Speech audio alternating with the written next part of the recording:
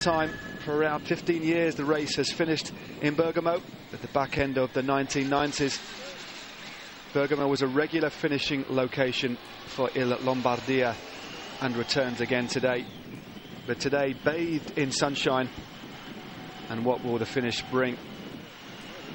Looks like it's giant Shimano now taking it up at the front, closely followed by Lampre, the pink of Lampre Merida, and then you have the white, red and blue of Garmin Sharp. There's also riders there from Lotto and Katusha.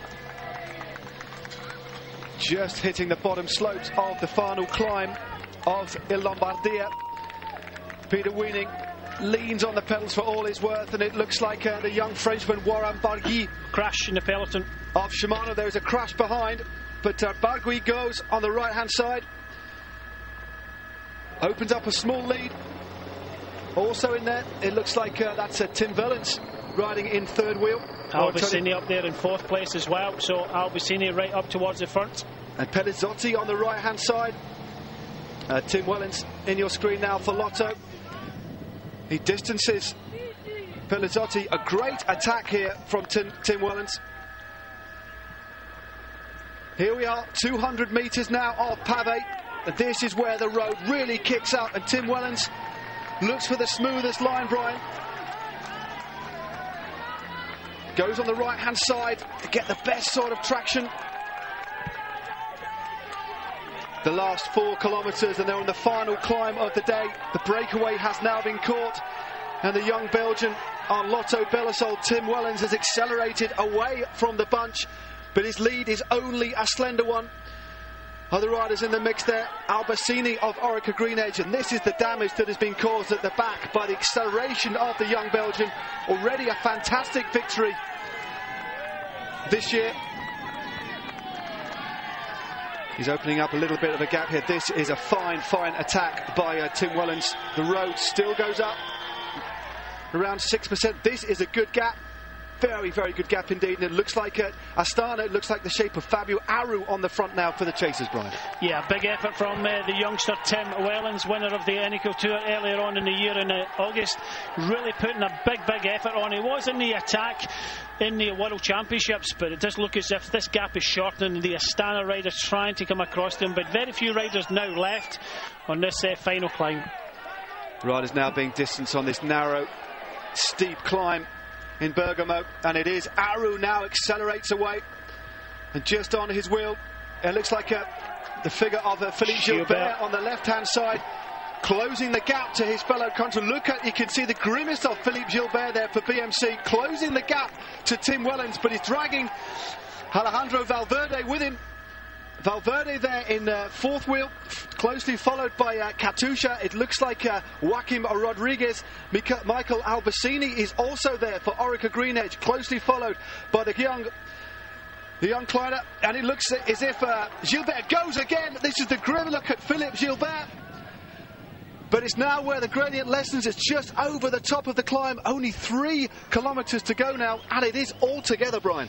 Yes, all together now. I think that's Rui Costa for Lampre in second place, so a very select group of about 8, probably 10 riders.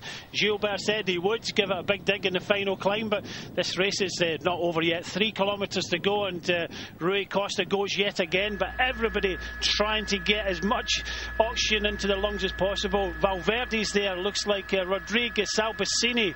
Is that the rider from Orica Green Edge right up towards the front? I think it is Albacini there. Fabio Aru is there, riding about 7th or 8th wheel. As they round this corner, it's all downhill. There's a couple of corners before it then opens out. It's quite a wide finish. But last year's world champion Rui Costa only won one race. He won the overall in the Tour of Switzerland as well. He has a go on the front. He's opened up a small lead, but Philippe Gilbert will not let him go clear. So Rui Costa leads. In second position for BMC, we have Philippe Gilbert, followed by Alejandro Valverde, then the defending champion. On the left-hand side, Cadel Evans goes. I think it's Sanchez that's come up now, so Sanchez goes for it in the descent. So Sammy Sanchez, where, you know, the old man from BMC, now the Spanish rider, now going on the attack, former Olympic champion, just throws caution to the wind round this corner here into the tunnel, but Rui Costa is with him. I nearly fell off my chair there, Brian, sorry, but it is Sammy Sanchez. That group of around 8 or 9 riders has got a relatively decent lead over the rest of the peloton. There is a Garmin Sharp rider right at the back. Is that the figure of Dan Martin? But Sammy Sanchez with the gold accents, denoting he is the previous Olympic road champion, of course, took that back in 2008. There's the remainder of the peloton just going through that very narrow tunnel. And Sammy Sanchez adopts that very aerodynamic tuck, closely followed by Rui Costa. We're now into the final kilometre, and Sammy Sanchez goes again.